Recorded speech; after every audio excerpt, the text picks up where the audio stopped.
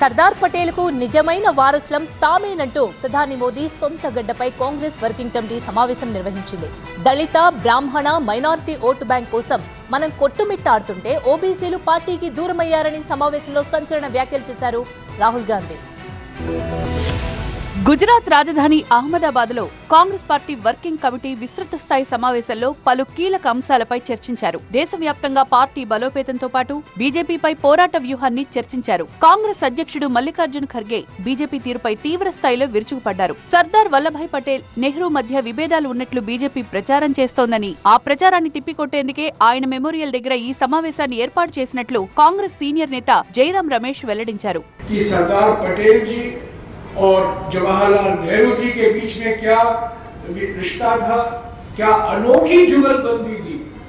ये आधुनिक भारत के दो निर्माता थे जिन्होंने महात्मा गांधी जी के नेतृत्व में देश की आजादी के लिए लड़ाई लड़ी और आधुनिक भारत की नींव भी रखी।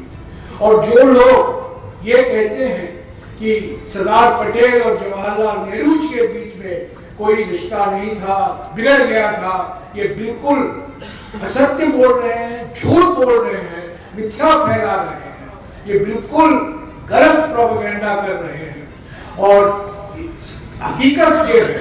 కాంగ్రెస్ వర్కింగ్ కమిటీ సమావేశంలో రాహుల్ గాంధీ సంచలన వ్యాఖ్యలు చేశారు. దళిత, ముస్లిం, బ్రాహ్మణ ఓట్ల కోసం మనం కొట్టుమిట్టాడుతున్నామని, కానీ ఓబీసీ ఓటర్లు కాంగ్రెస్ కు దూరమయ్యారని అన్నారు. ఉత్తరప్రదేశ్ దీనికి చక్కని ఉదాహరణ అని అన్నారు. 1991 నుంచి యూపీలో అధికారానికి కాంగ్రెస్ దూరంగా ఉందన్నారు. కాంగ్రెస్ పార్టీ తరచుగా ముస్లింలకు మద్దతిస్తోందని ప్రచారం జరుగుతోందని, దీనికి భయపడాల్సిన అవసరం లేదన్నారు. ముస్లింలకు, మైనార్టీలకు పార్టీ అండగా ఉండాల్సిందే అని స్పష్టం చేశారు. అహ్మదాబాద్ లో సర్దార్ వల్లభాయ్ మెమోరియల్లో ఈ సమావేశాలను కాంగ్రెస్ పార్టీ వ్యూహాత్మకంగా నిర్వహించింది. సమావేశం ముగిశాక రాజ్యాంగాన్ని చేతిలో పట్టుకుని నేతలంతా అభివాదం చేశారు. బాబాసాహెబ్ రాజ్యాంగాన్ని పరిరక్షిస్తామని నినాదాలు చేశారు. అహ్మదాబాద్ లో సబర్మతి ఆశ్రమాన్ని కాంగ్రెస్ నేతలు సందర్శించారు. సర్దార్ వల్లభాయ్ పటేల్ 150వ జయంతి వేడుకలను కాంగ్రెస్ ఘనంగా నిర్వహిస్తుందన్నారు జైరాం రమేష్.